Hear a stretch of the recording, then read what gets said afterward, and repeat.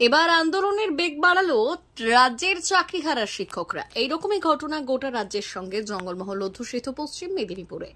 প্রথম কয়েকদিন অবরোধের পর এই দিনও এক প্রস্থ অবরোধ শুরু করে তারা মেদিনীপুর শহরের কালেক্টর চত্বরে।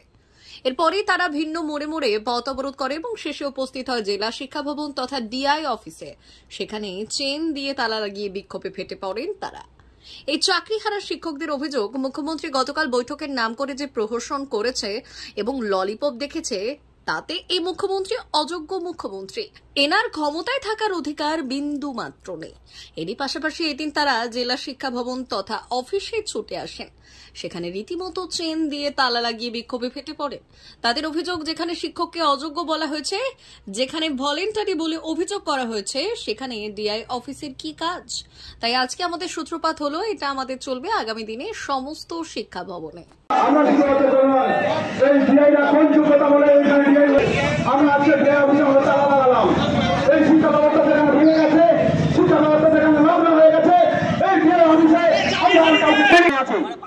অফিস ঘেরাও, রাস্তা ঘেরাও, এলআইসি ঘেরাও, অনেক কিছু করার পরে তারপরে আমরা আন্দোলন করলাম।